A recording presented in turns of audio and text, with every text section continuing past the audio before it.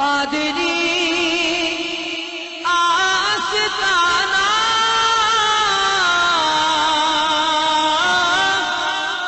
سلامت رہے۔ جن چیزوں سے روزہ ٹوٹ جاتا ہے اس کا بیان۔ مسئلہ کھانے یا پینے یا جماع کرنے سے روزہ ٹوٹ جاتا ہے جبکہ روزہ دار ہونا یاد ہو، اور اگر روزہ دار ہونا یاد نہ رہا اور بھول کر کھا لیا یا پی لیا یا جماع کر لیا تو روزہ نہ گیا، اگر بھول میں کر لیا تو۔ مسئلہ حقہ، سگریٹ، بیڑی، چرس، سگار پینے سے روزہ ٹوٹ جاتا ہے۔ مسئلہ پان یا تمباکو کھانے سے بھی روزہ ٹوٹ جاتا ہے اگرچہ پیک تھوک دیا ہو، سمجھے؟ شکر، چینی، گڑ وغیرہ ایسی چیز جو منہ میں رکھنے سے گھل جاتی ہیں، منہ میں رکھی اور تھوک نکل گیا تو روزہ ٹوٹ گیا۔ مسئلہ دانتوں میں کوئی چیز چنے برابر یا اس سے زیادہ تھی، اسے کھا گیا، یا کم ہی تھی مگر منہ سے نکال کر پھر کھا لی تو روزہ ٹوٹ گیا۔ مسئلہ دانتوں سے خون نکل کر حلق سے نیچے اترا اور خون تھوک سے زیادہ یا برابر تھا یا کم تھا مگر اس کا مزہ حلق میں معلوم ہوا تو ان سب صورتوں میں روزہ جاتا رہا۔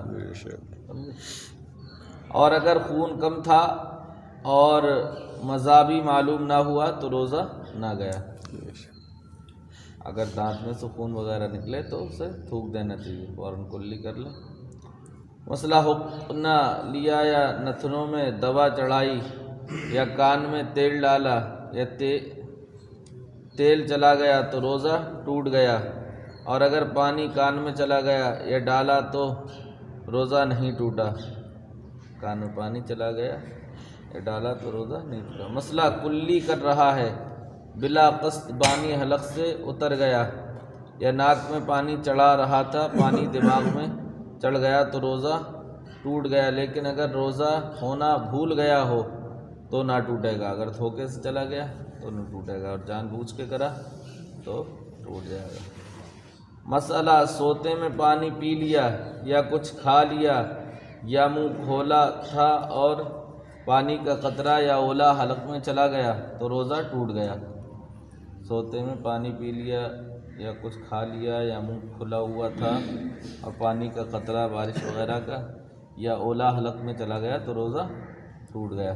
مسئلہ دوسرے کا تھوک نگل لیا یا اپنی ہی تھوک ہاتھ پر لے کر نگل گیا تو روزہ جاتا رہا، جو اندر ہے اس سے نہیں جائے گا، اور اگر تھوک جو ہے چاٹ لیا تو چلا جائے گا۔ مسئلہ منہ میں رنگین ڈورا رکھا جس سے تھوک رنگین ہو گیا پھر تھوک نگل گیا تو روزہ ٹوٹ گیا۔ مسئلہ آنسو منہ میں چلا گیا اور نگل لیا، اگر بوند دو بوند ہے تو روزہ نہ گیا، اور اگر زیادہ تھا کہ اس کی نمکینی پورے منہ میں معلوم ہوئی تو روزہ ٹوٹ گیا۔ پسینے کا بھی یہی حکم ہے۔ مسئلہ مرد نے عورت کا بوسہ لیا یا چھوا، مباشرت کی یا گلے لگایا اور انزال ہو گیا تو روزہ جاتا رہے، اور اگر عورت نے مرد کو چھوا اور مرد کو انزال ہو گیا تو روزہ جاتا رہا۔ عورت کو بھی کپڑے کے اوپر سے چھوا اور کپڑا اتنا موٹا ہے کہ بدن کی گرمی معلوم نہ ہوئی تو روزہ نہ ٹوٹا۔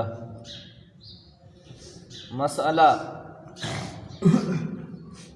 مبالغے کے ساتھ استنجا کیا یہاں تک کہ حقنہ رکھنے کی جگہ تک پانی پہنچ گیا تو روزہ ٹوٹ گیا، سمجھے؟